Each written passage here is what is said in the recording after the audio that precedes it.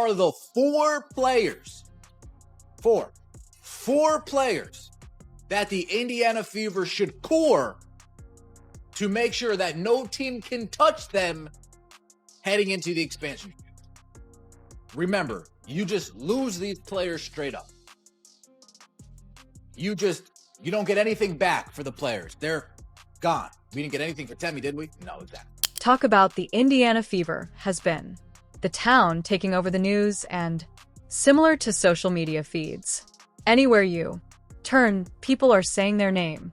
Sports bars are a hive of discussion regarding their future. Podcasts analyze each, make a move. After every game, Twitter erupts.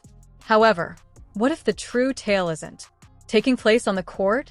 What if all that we have been observing, the victories, defeats, and amazing plays, has just served as a diversion from the actual drama taking place behind closed doors, behind the scenes, clips, interviews conducted after games, and meticulously planned press briefings? Rumors of a locker room that is broken have developed into a roar that is no longer disregarded or written off as an idle conjecture.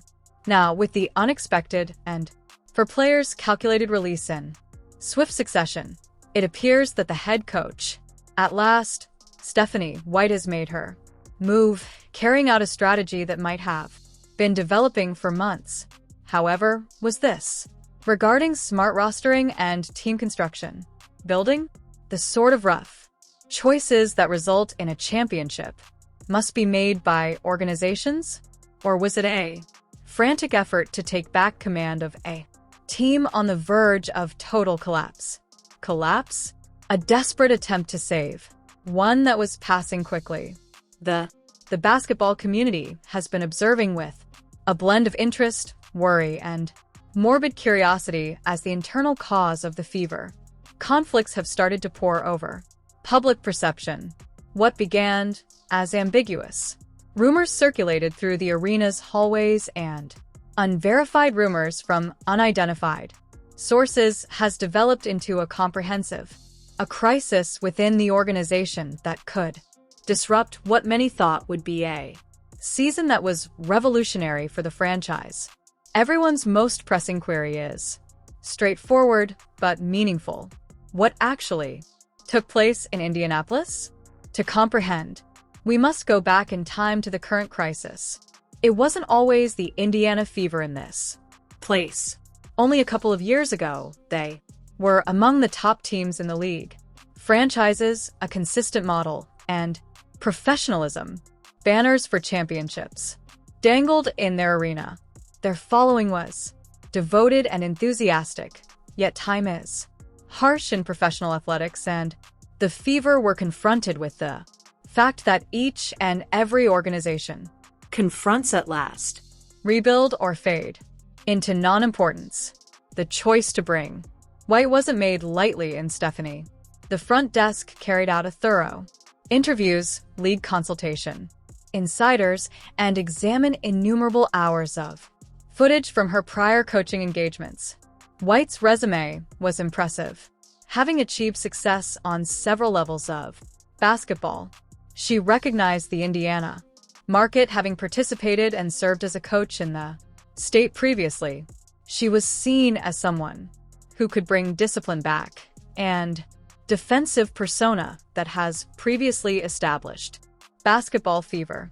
Meanwhile, the franchise made yet another important choice, selecting talent from a generation.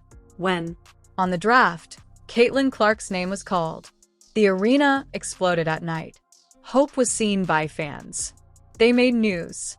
Additionally, the office noticed jersey sales, monetary indications, ticket sales, national television looks. Clark stood in for all that contemporary basketball has evolved into: vibrant, imaginative, unconventional, and quite fascinating to observe. However, this is what no one took into account completely in those euphoric times. What occurs when you find a coach who supports structure with a participant who enjoys chaos? What occurs when a team is formed around a star but appoint a coach who doesn't have faith in the handling of superstars? The current crisis's seeds were sown in those exact choices, apparently intelligent, actions that would eventually come to light to be essentially irreconcilable. If you knew there were indications of trouble, where to search, initially subtle but becoming increasingly apparent with every step. Weak league and veteran reporters, individuals with first-hand knowledge of the WNBA, over years and became adept at determining when there was a problem and it had been picking. Observing nuances for weeks prior to the narrative became widely known. On the surface, to the uninformed viewer, televised games, it seemed to be merely a squad getting started, going through the normal developing pains that result from incorporating fresh talent, as well as getting used to a new system. Each and every. Doesn't the team go through this? Fresh. To memorize the playbook, players require time. Chemistry takes time to develop. It takes time for coaches to figure out rotations and comprehend their employees. The assurances are as follows. That front desks provide to worried. The cliches that permeate post-game fans. Press conferences following dismal losses.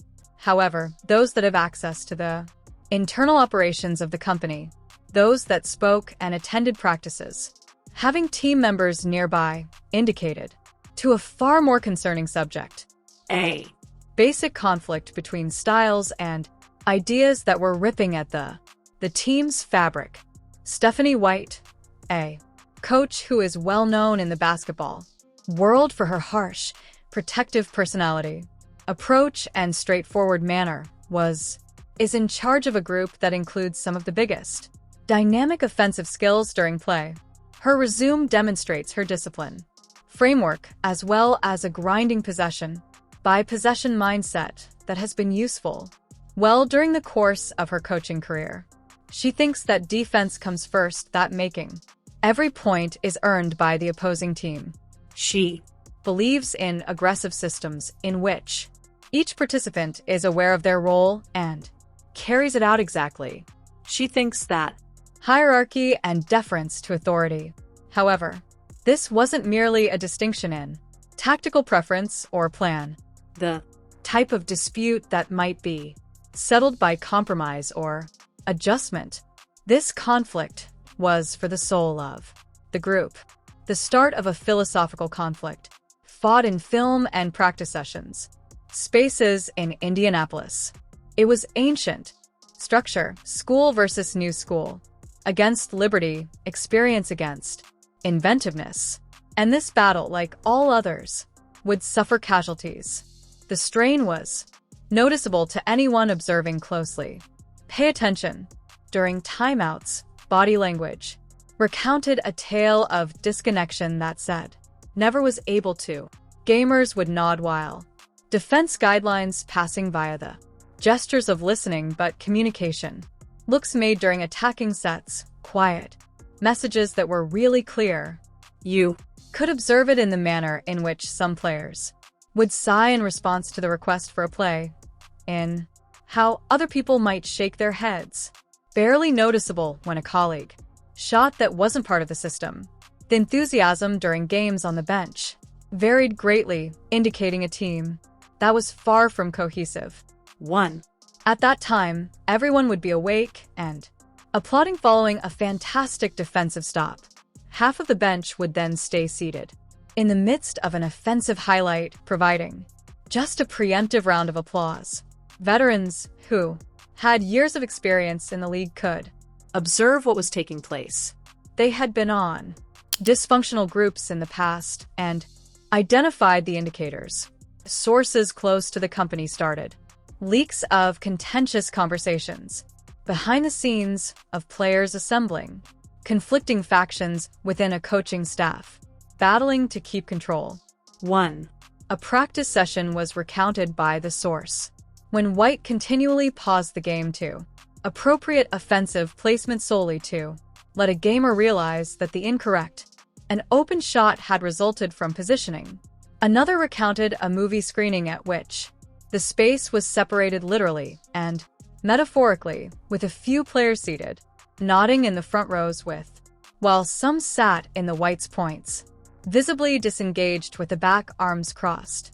The front desk attempted to keep the circumstance, holding private consultations with important players, introducing sports psychologists to deal with the dynamics of teams, even seeking advice from other coaches throughout the league over how to manage powerful personalities.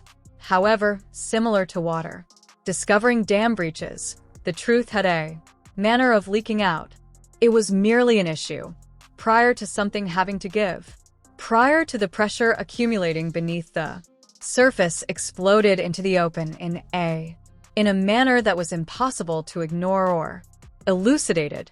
As the season developed, the internal conflict started appearing in ways that aren't concealed. The way the Fever performed on the court becoming more erratic, frequently fluctuating between dominating triumphs and unexplained defeats. 1. At night, they would appear to be a real challenger for a title, their defense, suppressing opponents' offensive, clicking precisely. Then they would find it difficult to defeat teams they ought to. Readily defeated, appearing haphazard and lacking motivation. Interviews conducted after games turned into reading between the lines tasks. White would discuss dedication to the system and carrying out tasks correctly, barely hidden code for her. Annoyance at players who weren't Purchasing. Players would make thoughtful offers, replies with the phrase still figuring things out, and playing collectively. Language used in diplomacy that gathered more intense annoyances. The press started to understand the subtext, posing more incisive inquiries regarding coaching philosophy and team dynamics. Social media turned into a battlefield.